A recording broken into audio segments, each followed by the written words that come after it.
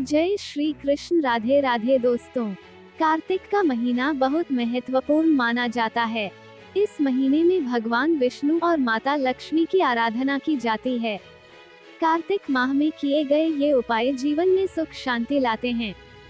कार्तिक का महीना 29 अक्टूबर से शुरू हो गया है और 27 नवंबर 2023 तक रहने वाला है। शास्त्रों में कार्तिक माह का विशेष महत्व बताया गया है। कार्तिक मास के बारे में कहा जाता है कि इस मास से देव तत्व प्रबल हो जाते हैं। इस महीने में भगवान विष्णु के साथ साथ तुलसी की पूजा करना विशेष फलदायी होता है। कार्तिक के महीने में गंगा स्नान, दीपदान, यज्ञ और दान आदि करने से व्यक्ति के जीवन से सभी तरह के संकट और कष्ट दूर हो जाते हैं। कार्तिक मास में दिवाली, छठ पूजा, धनतेरस, तुलसी विवाह, वैकुंठ चतुर्दशी, देव दिवाली, कार्तिक पूर्णिमा जैसे प्रमुख त्योहार पड़ते हैं। इस महीने में किए जाने वाले कुछ खास उपाय विशेष फलदायी माने जाते हैं। इन उपायों को करने से पापों से मुक्ति मिलती है और मोक्ष की प्राप्ति होती है। जानते हैं इन उपायों के बारे में। नमस्कार दोस्तों, बातें ज्ञान की YouTube चैनल में आपका स्वागत है। इस चैनल के द्वारा भक्ति, ईश्वर कथा, पौराणिक कथाएं, प्रेरक कहानियां और ज्ञानवर्धक कहानियों का विशेष संकलन आपको मिलेगा और आप ऐसे ही ज्ञानवर्धक वीडियो देख पाएंगे। कृपया चैनल को सब्सक्राइब करें, वीडियो को शेयर करें और अपना बहुमूल्य साथ बनाए रखें। धन्यवाद दोस्तों। इस महीने भगवान विष्णु, मां लक्ष्मी, यम देवता और पीपल देवता के पूजा का विशेष महत्व होता है। माना जाता है कि इस महीने इनके समक्ष दीपक जलाने से संकटों से मुक्ति मिलती है और पारिवारिक जीवन में सुख शांति बनी रहती है। इस महीने को पापों से मुक्ति दिलाने वाला माना गया है। मान्यताओं के अनुसार कार्तिक माह में नदी में दीप प्रवाहित करने से मोक्ष की प्राप्ति होती है। इस माह में पवित्र नदियों में जाकर स्नान करना बहुत शुभ माना जाता है। कार्तिक मास में लक्ष्मी स्तोत्र का पाठ जरूर करें। इससे जीवन में तमाम तरह के सुखों की प्राप्ति होती है और जीवन में सुख समृद्धि आती है। इन नियमों का पालन करने वाले लोग पुनर्जन्म लेकर उत्तम कुल में पैदा होते हैं। कार्तिक के महीने में तुलसी विवाह करना बेहद शुभ होता है। इस माह तुलसी से जुड़े उपाय करने से वैवाहिक जीवन में आने वाली हर तरह की परेशानियां दूर होने लगती हैं। इस महीने भगवान विष्णु को तिल अर्पित करना भी बहुत शुभ माना गया है। इस उपाय को करने से पापों से मुक्ति मिलती है। इस महीने में जो लोग नियमित रूप से तुलसी में जल देते हैं या तुलसी की मिट्टी लेकर उसका तिलक करते हैं, उनके हर काम सफल होते हैं। कार्तिक मास में अपनी यथाशक्ति के अनुसार अन्न और वस्त्र का दान करने से कभी भी अन्न, धन और वस्त्र की कमी नहीं होती है। इसलिए इस महीने दान दक्षिणा जरूर करना चाहिए। कार्तिक मास में भगवान विष्णु धरती पर जल में वास करते हैं। इसलिए इस महीने में ब्रह्म मुहूर्त में स्नान करने का विशेष महत्व है। 29 अक्टूबर से कार्तिक मास का आरंभ हो गया है। कार्तिक मास में भगवान विष्णु और माता लक्ष्मी को प्रसन्न करने के लिए और उनकी कृपा प्राप्त करने के लिए आपको इस कथा का रोजाना पाठ करना चाहिए। नैमिषारण्य तीर्थ में श्री सूत जी ने 88,000 सनकादि ऋषियों से कहा, अब मैं आपको कार्तिक मास की कथा विस्तार पूर्वक सुनाता हूँ, जिसका श्रवण करने से मनुष्य के सभी पाप नष्ट हो जाते हैं और अंत समय में वैकुंठ धाम की प्राप्ति होती है।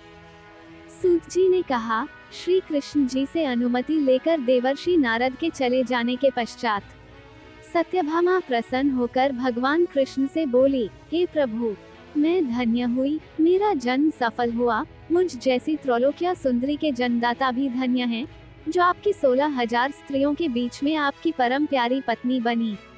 मैंने आपके साथ नारद जी को वह कल्पवृक्ष आदि पुरुष विधि पूर्वक दान में दिया, परंतु वही कल्पवृक्ष मेरे घर लहराया करता है। ये बात मृत्युलोक में किसी स्त्री को ज्ञात नहीं है। हे त्रिलोकीनाथ, मैं आपसे कुछ पूछने की इच्छुक हूँ।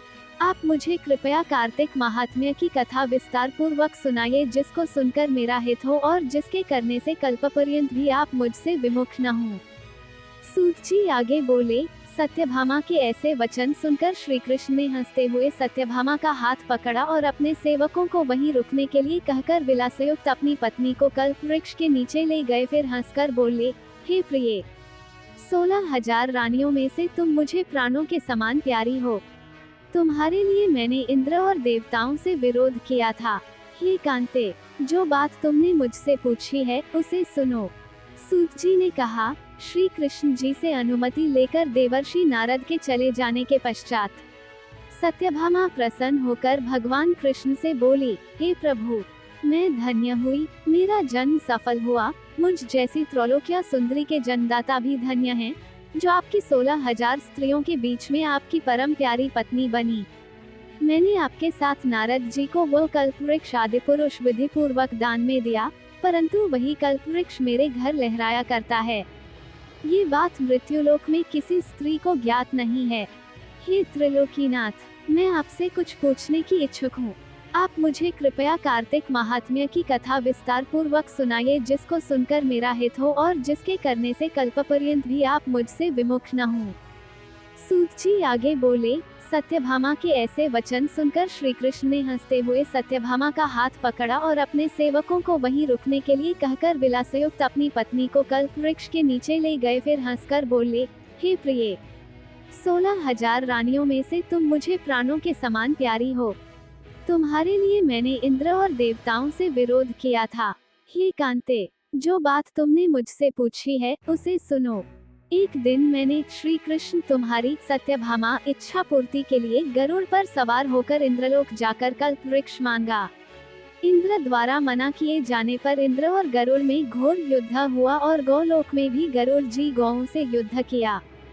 गरुड़ की चोंच की चोट से उनके कान एवं पूंछ कटकर गिरने लगे, जिससे 3 वस्तुएं उत्पन्न हुई। कान से तंबाकू, पूंछ से गोभी और रक्त से मेहंदी बनी। इन तीनों का प्रयोग करने वाले को मोक्ष नहीं मिलता। तब गौ ने भी क्रोधित होकर गरुड़ पर वार किया, जिससे उनके 3 पंख टूटकर गिर गए। इनके पहले पंख से नीलकंठ, दूसरे से मोर और तीसरे से चकवा चकवी उत्पन्न हुए। हे प्रिय, इन तीनों का दर्शन करने मात्र से ही शुभ फल प्राप्त हो जाता है। ये सुनकर सत्यभामा ने कहा, हे प्रभु, कृपया मुझे मेरे पूर्व जन्मों के विषय में बताइए कि मैंने पूर्व जन्म में कौन कौन से दान, व्रत व जप नहीं किए हैं।